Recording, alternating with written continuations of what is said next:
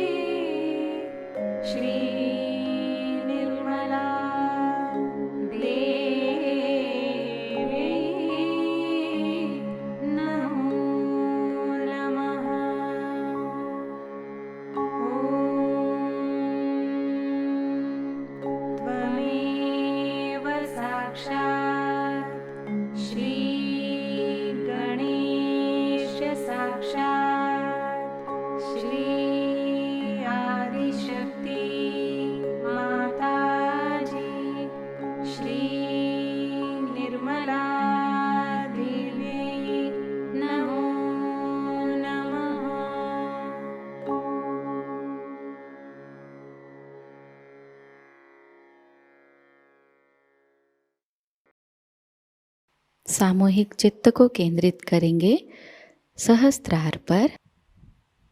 परम पूज्य श्री माताजी कृपावंत होकर हमें निर्विचार अवस्था प्रदान कीजिए।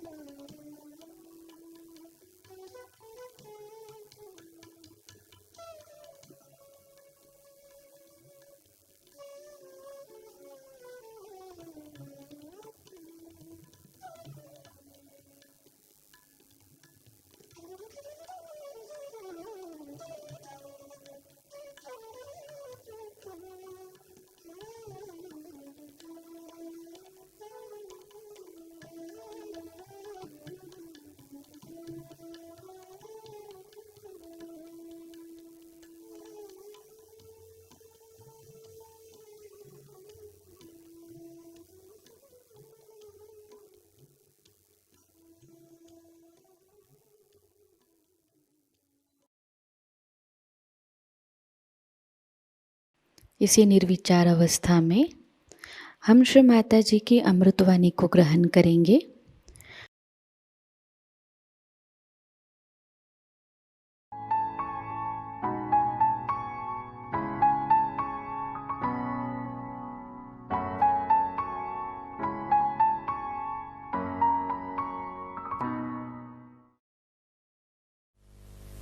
Today we are here to celebrate the resurrection of Christ. Resurrection of Christ has the greatest significance for all the Sahajogis, and we have to understand that He resurrected Himself so that we could resurrect ourselves. The message of His life is His resurrection and not His cross. He bore the cross for us, and we don't have to wear anymore. I see lots of people having this drama going on.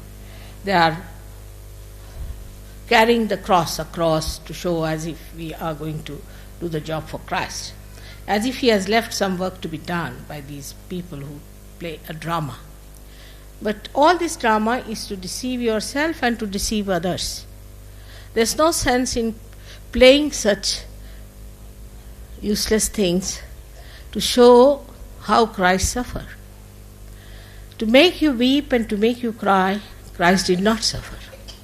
He suffered that you should enjoy, that you should be happy, that you should lead a life of complete bliss and gratitude to the Almighty who has created you. He would never like you to be unhappy. Which father would like his son to be unhappy? So we have to understand that his message of his life, why he came on this earth, to do the greatest job is that of resurrection.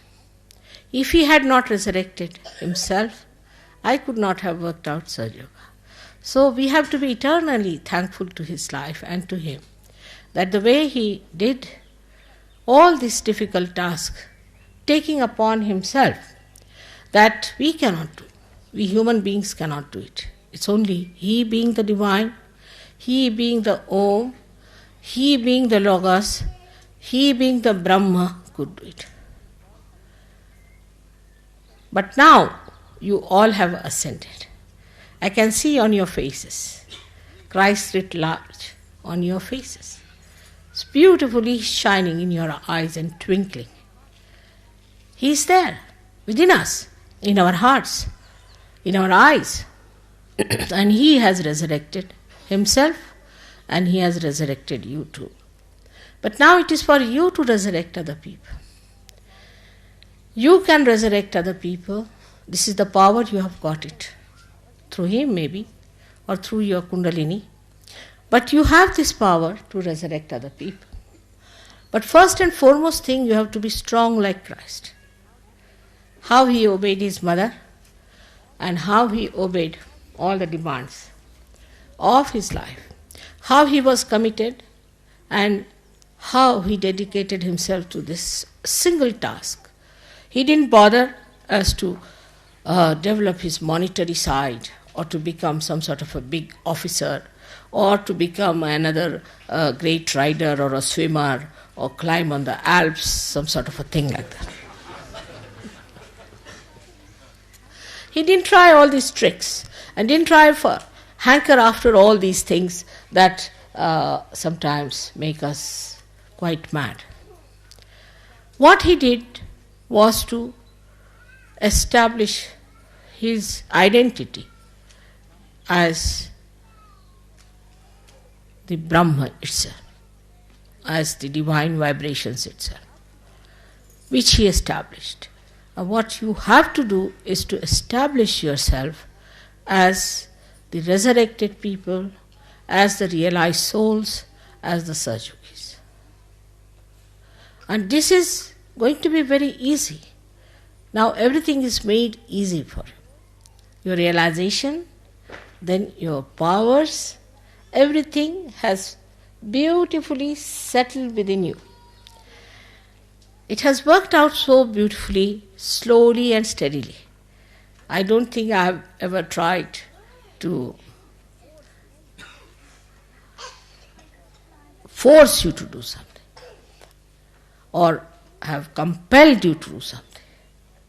But through your own assent you can see what's wrong with you or with the people about whom we are talking.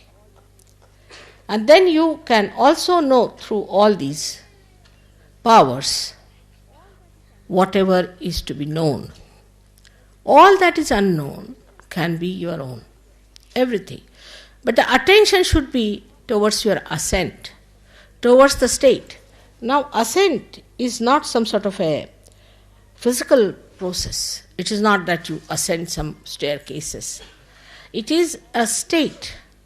It's a state of your personality. And there where I always say, excuse me, I think the sun is showing its results. See how the sun listens to me. Can you help me a little bit to take out? Things very hot for me. I don't know what about you people. Just telling me off. Just put it down. It's very hot. Just put it.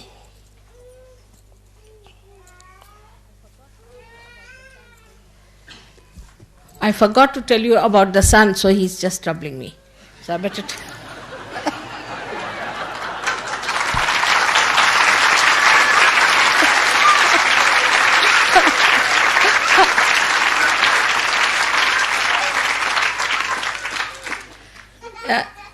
they have been telling for the last 1 year, you see, we've been thinking of coming here for this puja. And I was very anxious that we should have the Easter puja here. But the dates were not very suitable because those days the moon would be waning. So I thought, how will I do it without the moon? We have to have the moon there, it's important. So I thought we'll have it sometimes later. And suddenly it happened that I had to come here. Luckily, I was here. And then on the television for the last 1 week, they have been telling that it's going to rain heavily, it's going to be very clouded, and the temperature is going to be very bad, and it's going to be very, very heavy rains.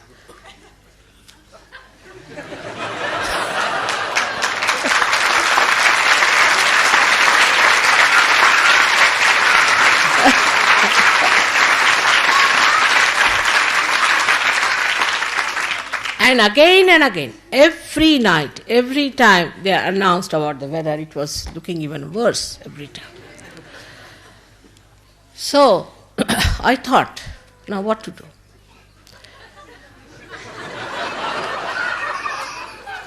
If you ask the clouds to move out, you have to have a tremendous breeze, and that may spoil your tent.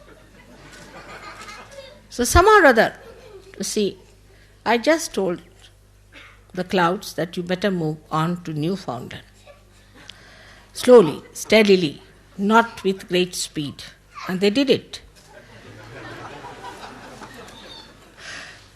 And then the sun, which was very bright, came out. Early in the morning, I saw him.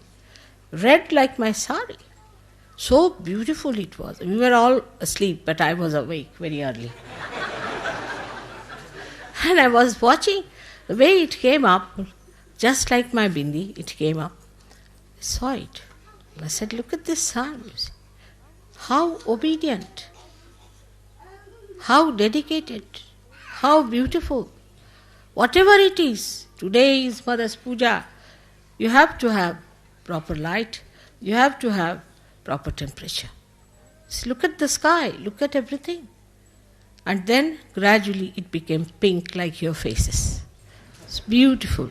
It became pink, beautifully pink, and then now it's shining. I'm sorry I should have given full tribute to the sun, the way he has acted. So that's why he's troubling me a little bit, just to remind me. So, as you know, the sun is this Agya Chakra. Christ resides in the sun. And in the body, in the being, he is the spirit. When he is the spirit, he is the moon. And when he acts on the Agya, he is the sun. Now, we have seen in his life that he was absolutely, spotlessly immaculate. He had no defects in him. He was a perfect personality. Then why did he want to resurrect?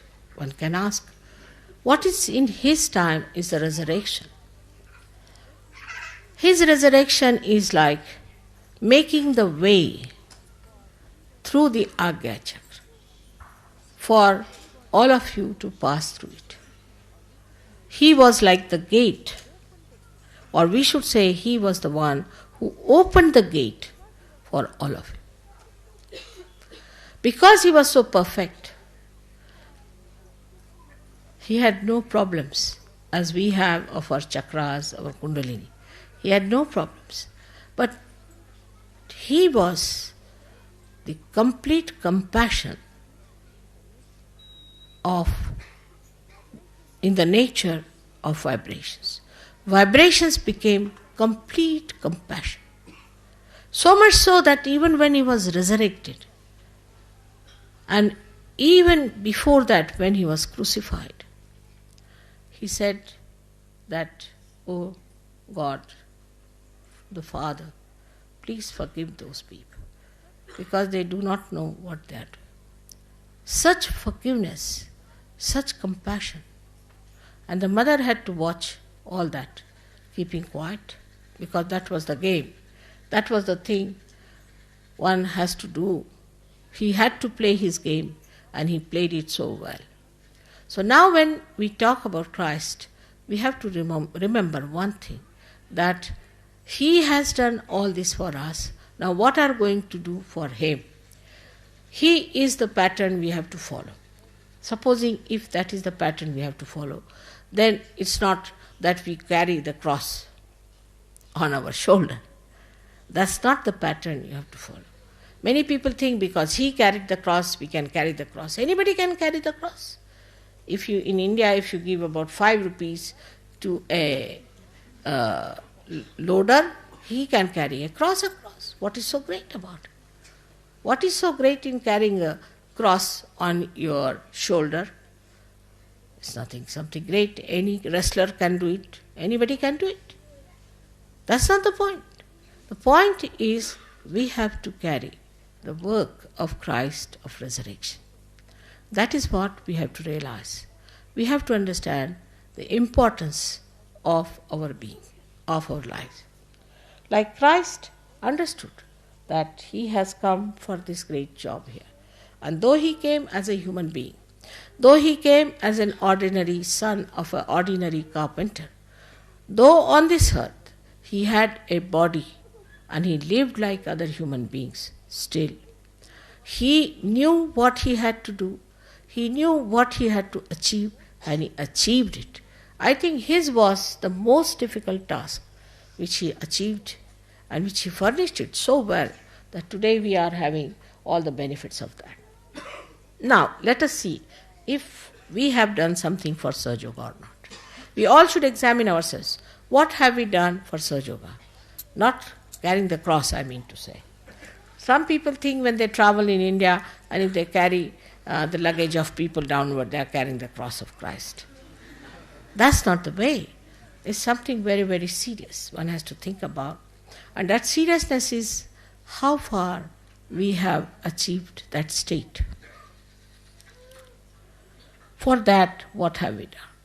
And a simple thing I've been asking all of you, you have to meditate every day. All of you have to meditate every day. But somehow, nobody has time to meditate. We are having these watches just to know that we have to meditate. Not for anything else. Our lives are for meditation. You need not spend all your 24 hours, but you have to meditate. Every day you must meditate. If you meditate, your children will meditate.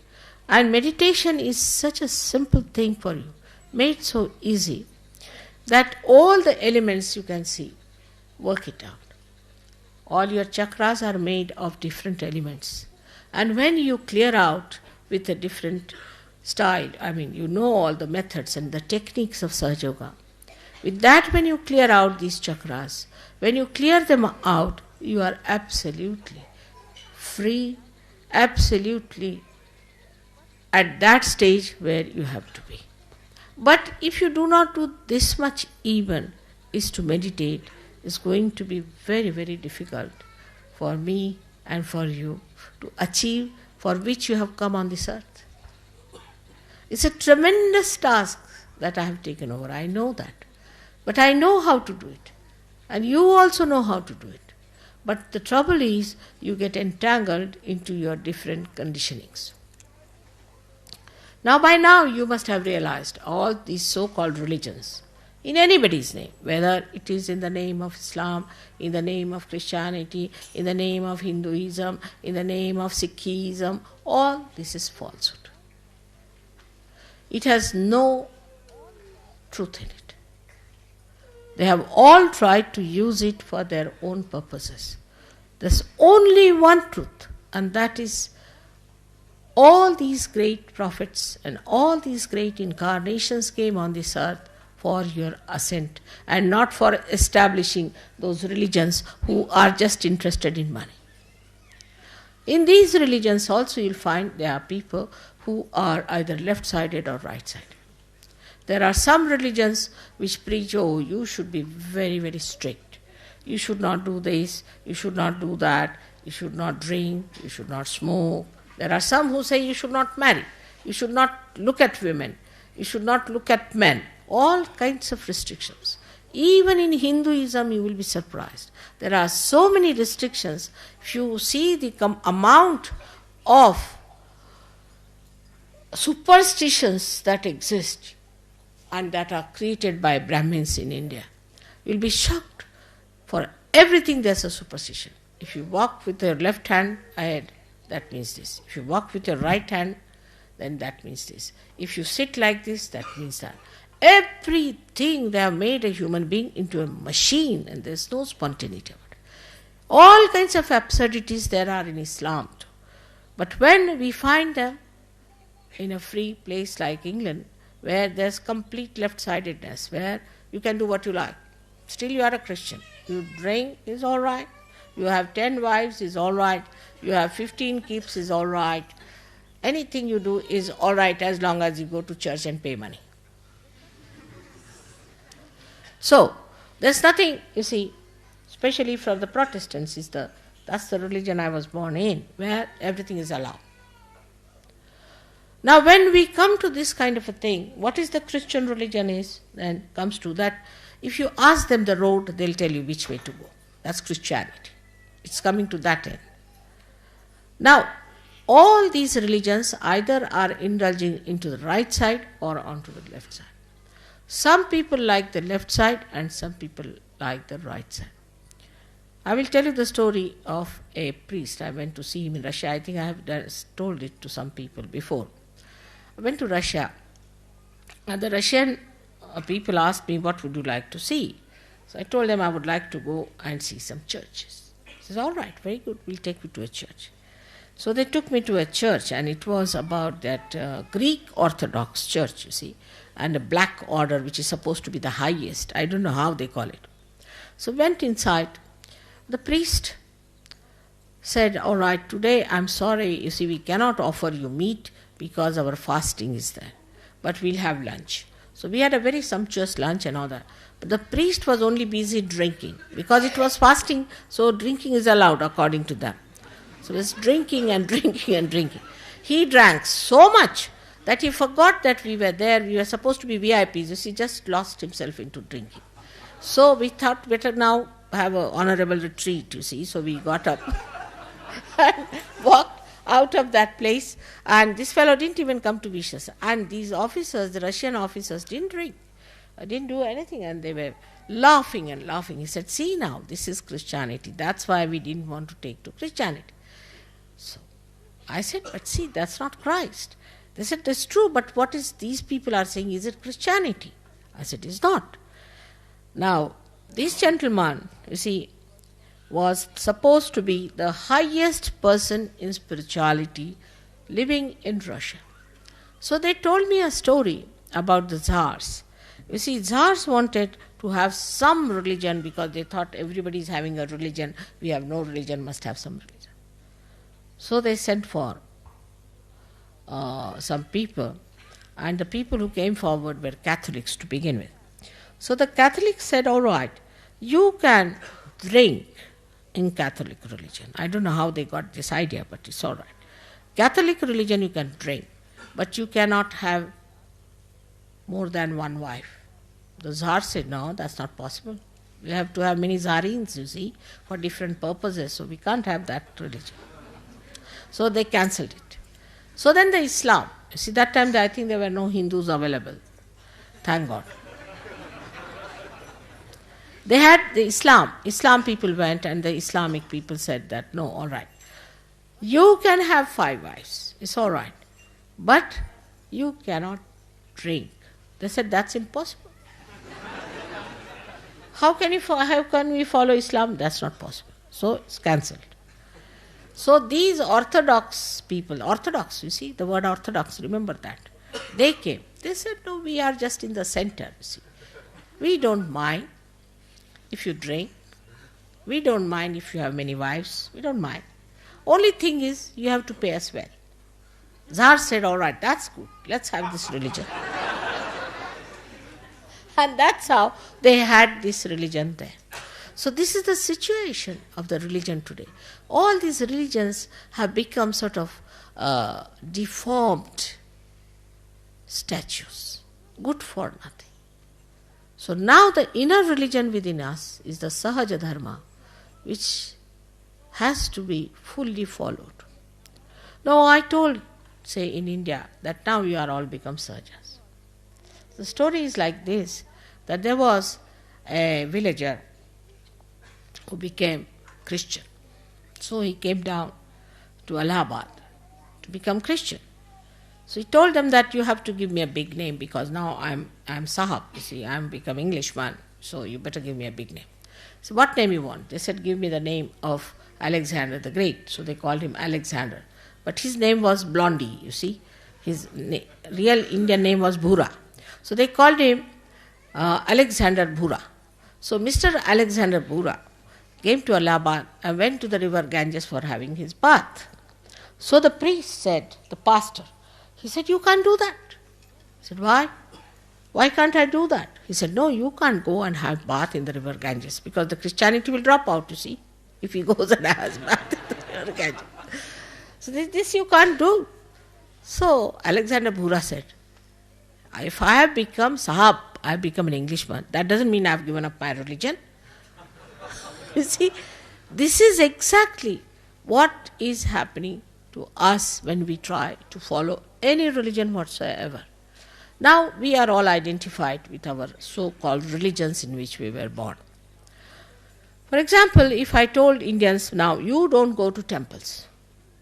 You are not to go to any temple, even if it is a Swayambhu temple, unless and until you have told me don't go to a Swayambhu temple at any cost. There are many churches also where there are very good statues, we can say, or have got something which are really Swayambhus. But there are very few. So you tell me and then go. But they won't listen to me.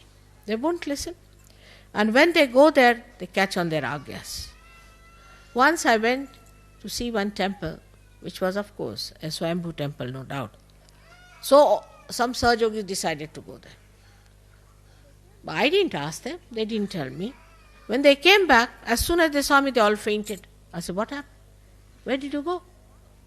Oh, we went to this temple. I said, why? You never told me. What do you have here? You see, the Brahmin put the tika on, it's finished. Then it took them 1 month to clear out. Now they don't go. They had enough of it. The same with the Christians. Now, the other day I heard about the Paris episode, where people wanted to have weddings in the church in Paris. So they must have special dresses. Somebody came here to buy some special dresses from what shop is that? What name? Some big name. So the special dresses must be worn because they have to go to the church. And when they came out of the church with those dresses, they had become booths. I was surprised what has happened to these 25 of them. What has happened is that in the church there are many dead bodies buried. They are all cut. So when you go also to see the beautiful architecture, go with a detached mind. Don't think that you belong to that church. Don't belong to any church. You don't belong to any temple. Don't belong to any one of these forms. Then only you will ascend. And I have to tell you today that Christ did not belong to any religion. He didn't follow any religion.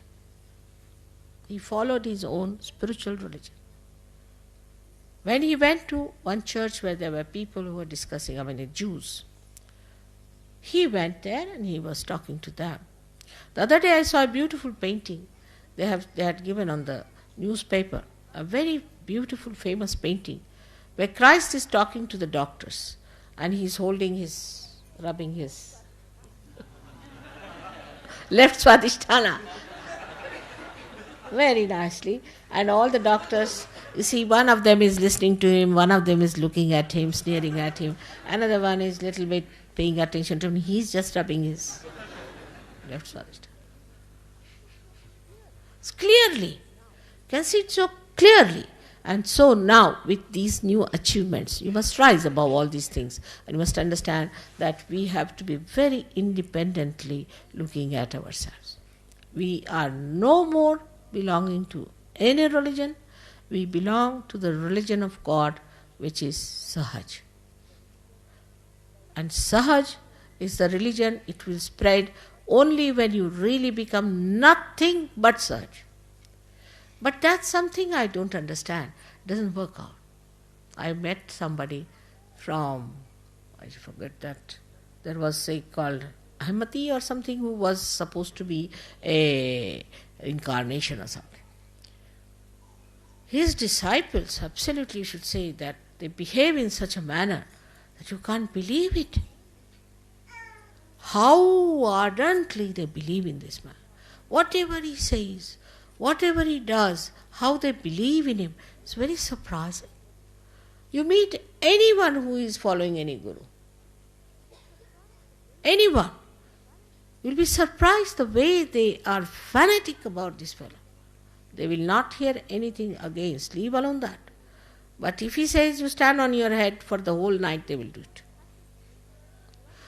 I don't know what happens when it comes to falsehood. We try to follow it, and when we know the truth, this is the truth, then we take advantage and we try to compromise. We think the truth will not do anything about it. Not that truth will punish you. It will not, because you are realized source. It will not. It will not punish you up to a point. But remember that Ekadasha is absolutely working at the same time. If you do anything wrong, like these people went to the church, they were all caught. Now they may say that, Mother, why should we be caught? We are Sahajogis. Because you are vulnerable. You are vulnerable. Yet you have not reached that stage. If you reach that stage, then when you go there, all the church people will come out of the church and run away. They will start shaking before you. They will not know what has happened. I have seen when I enter into any church, all the candles start going chak, chak, chak, chak, chak, chak, chak. And people start wondering what has happened. Even when they are having a dinner or something and there is a candlelight dinner, I am surprised the way every candle starts flickering. And people start looking because the booths are sitting before them, you see. So the candles immediately show that these are the booths sitting here. With all this knowledge that you have, the light you have within yourself, by which you are enlightened, still if you are going to these left and right sided things, is very, very dangerous. We see that also today. I must tell you about the part that is politics. In politics also these people have developed two types of theories. One is left-sided, one right-sided. The left-sided theories are democratic, where you can indulge into anything you like. It's an individual that is important. The individual indulges into everything, and you should not stop him from doing whatever he likes. He's an individual. So he has a right to cut his nose, he has a right to cut his eyes, to do what he likes. An individual is allowed to do what he likes to do, and then what happens? That we find this democracy becomes a demonocracy. Everybody is a demon. Everybody is busy cutting throats, cutting all the bases and the roots of life, because everybody is Brahma, becomes a great personality, because individual is so great and the collective is lost, completely lost. But on the other side, where it is more discipline, more aggressiveness, more controls and everything, is the right side, which we can call as communism, where people are controlled all the time. Now why? Because for the collective the individual must sacrifice. In that case the individuals become weak. And if the individuals are weak, then the collective cannot be strong. It cannot be strong. Individuals have to be strong. For example, you'll see that the people who come from communist countries, they drink more than people who can drink here. Or those who come, say, from Islamic countries where they don't touch anything, can drink more than even Sardarjis. So you can imagine what is the situation of human beings is, that out of fear, if you try to control him, he goes to the right side. But he is in no way perfected. He is not transformed. He doesn't accept the situation. He doesn't become that. He doesn't have that power to control himself. He doesn't get over his sinning aptitudes. He's still there. As soon as he gets a chance, he falls into it. So that fails. So the individuals are weak in that case. And where there is complete abandonment, do what you like, live the way you like, indulgences, all kinds of things. So you find, every day you see and you say, oh God, this is a decadent society, this is happening. Decadence is because an individual whom you have given all these powers has no power to bear them. An individual cannot bear money. He cannot bear power of any kind. He cannot bear love. He cannot bear kindness. He cannot understand peace because he is still an individual. But when an individual becomes the collective, this is the ascent through the central path. When he becomes the collective, in his strength, he strengthens the collective. And also the collective looks after, protects and guides the individual. This is what Sahajayoga is. So the politics of Sahajayoga is that you have to become the collective personality.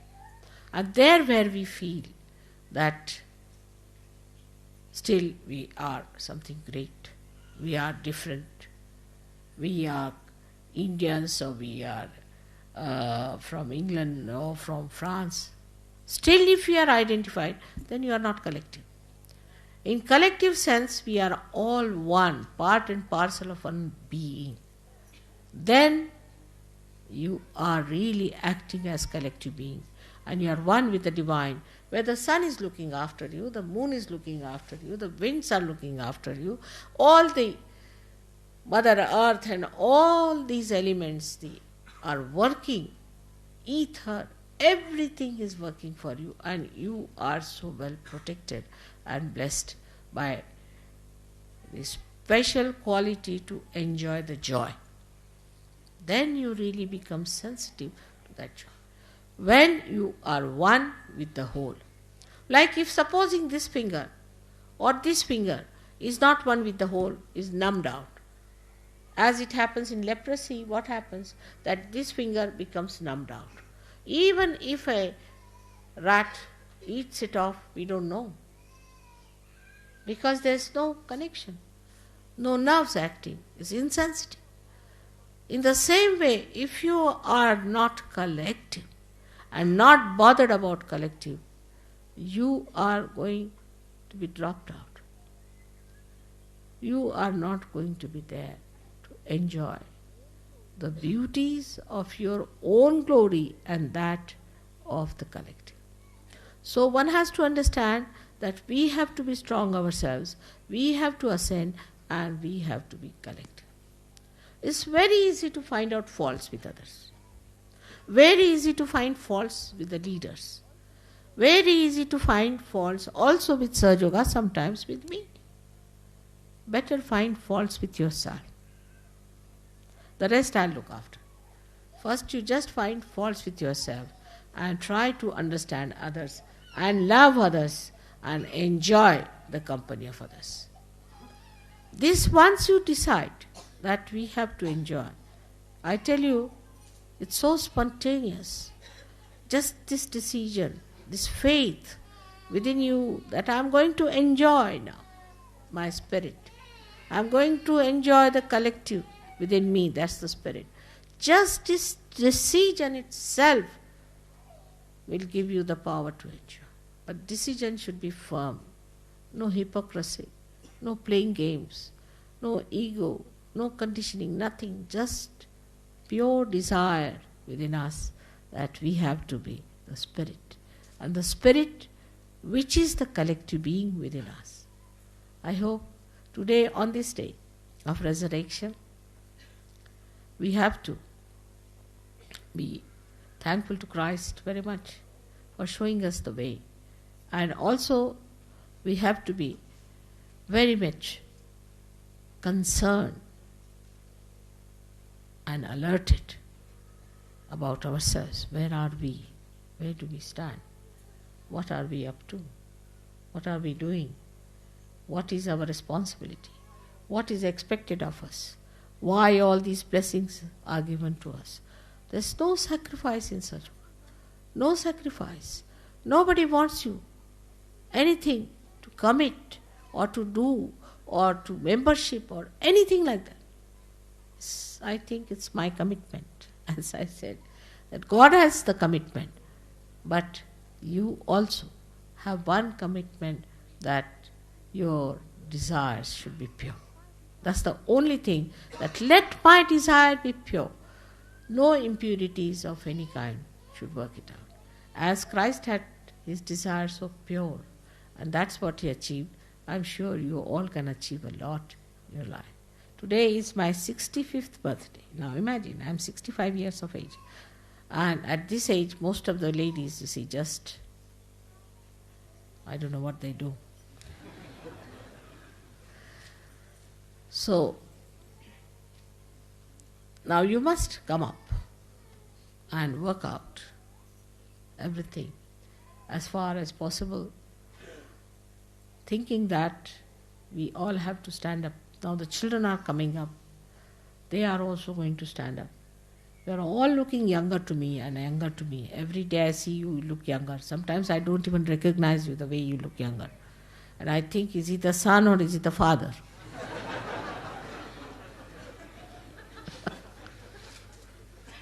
Now, the situation is such that you are all blessed. You've got jobs, you've got everything. And everybody tells me whether this is what has happened, that has happened, everything. Now, so what? These are temptations, be careful. This is not what you wanted. What you wanted is the state of that complete faith within yourself, where you don't have to ask nothing. Everything will work out. Everything will work. It works. That's the point is. So I hope next time when we meet, I'll see even younger people than what I see today. And I'll be able to recognize you. Christ died at a very, very young age. Very young age. He's very young, I must say. But how much he has done for humanity. Nobody could have achieved that much in that small age as he has done. It's remarkable. It's really remarkable. That's what I expect you to follow his footsteps in doing remarkable things. And let me see all of you, every one of you, have to do something great. And today is the day of certain promises. May God bless you for that. And I thank you very much for this birthday of mine.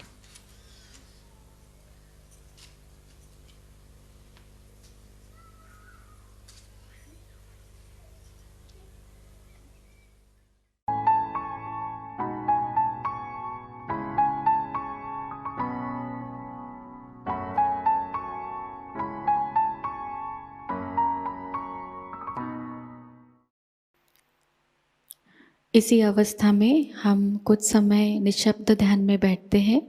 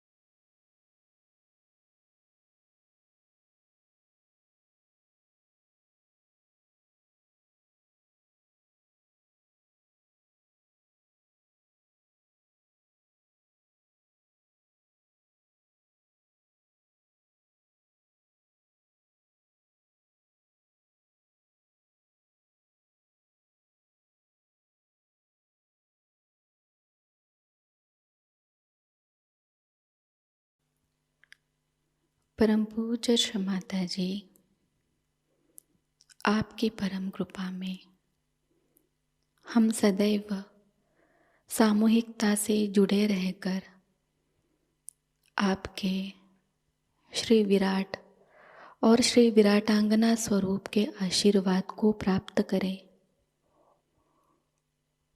हम सदैव निरानंद अवस्था को प्राप्त करें।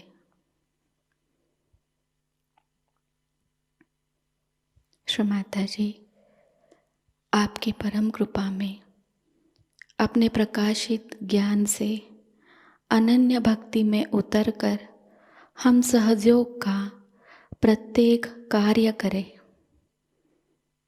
और उस कार्य को करते समय हम अकर्म अवस्था को प्राप्त करें। श्री माता जी, आपकी परम कृपा में हम सब प्रकाश बनकर इस विश्व का आध्यात्मिक उत्थान के मार्ग में मार्गदर्शन करें। कृपावंत होकर हम सबको कुशल संभाषण, दैवी कूटनीति, प्रभावी व्यक्तिमत्व और विवेक प्रदान कीजिए।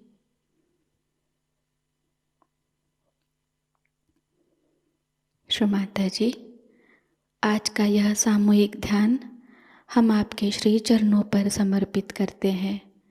कृपावंत होकर हम सबको और इस विश्व को आशीर्वादित कीजिए। परम पूज्य श्री माता जी को प्रणाम करेंगे और सामूहिकता में कुंडलिनी चढ़ाकर बंधन लेंगे।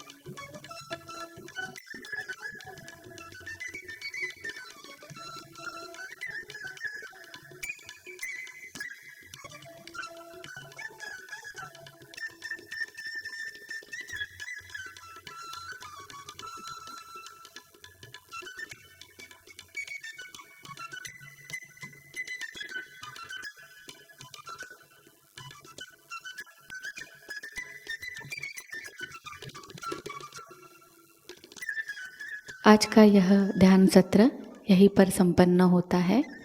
जय श्री माता जी।